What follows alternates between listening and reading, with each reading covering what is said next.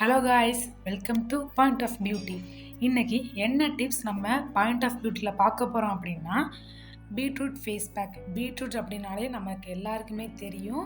நம்ம வீட்டில் as usual எப்போதுமே நம்ம வீட்டில் இருக்கிற ஒரு பொருள் தான் பீட்ரூட். இன்னைக்கு அதை வச்சு லோ பட்ஜெட்டில் பீட்ரூட்டை வச்சு பீட்ரூட் ஃபேஸ் பேக் எப்படி செய்யலாம் அப்படின்ட்டு தான் இன்றைக்கி நம்ம வீடியோவில் பார்க்க போகிறோம். ஸோ வாங்க வீடியோக்குள்ளே போகலாம்.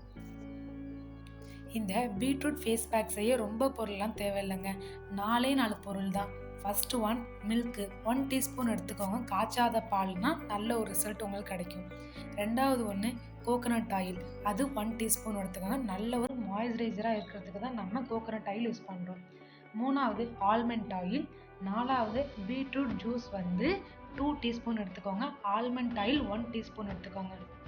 இப்போ நம்ம இந்த 4 பொருளையும் நல்லா மிக்ஸ் பண்ணணும். மிக்ஸ் பண்ணும்போது பீட்ரூட் ஜூஸும் ஆயிலும் மிக்ஸ் ஆகாமல் இருக்கும். ஸோ 2 நிமிட்ஸ் நல்லா மிக்ஸ் பண்ணும்போது இது ஒரு மிக்ஸ் ஆகி பேக் கண்டிஷனில் நமக்கு கிடைக்கும். பேக் கண்டிஷன் கிடைச்சதுக்கப்புறம் நம்ம ஃபேஸை நல்லா வாஷ் பண்ணதுக்கப்புறம் இந்த பேக்கை ஃபேஸ் நல்லா 5 நிமிட்ஸ் சாஃப்டாக ஜென்டிலாக ரப் பண்ணுங்கள். 5 நிமிட்ஸ் முடிஞ்சதுக்கப்புறம் உங்கள் ஃபேஸை நல்லா வார்ம் வாட்டர் வச்சு வாஷ் பண்ணதுக்கப்புறம் பார்த்தீங்கன்னா இன்ஸ்டண்ட்டாக ஒரு க்ளோ உங்கள் ஃபேஸில் கண்டிப்பாக கிடைக்கும். ஏன்னா நம்ம பீட்ரூட் யூஸ் பண்ணியிருக்கோம் அப்படிங்கும்போது நம்ம ஃபேஸில் கண்டிப்பாக ஒரு க்ளோ கிடைக்கும். இந்த பேக்கை நீங்கள் வீக்லி 3 டைம்ஸ் பண்ணாலே போதும்.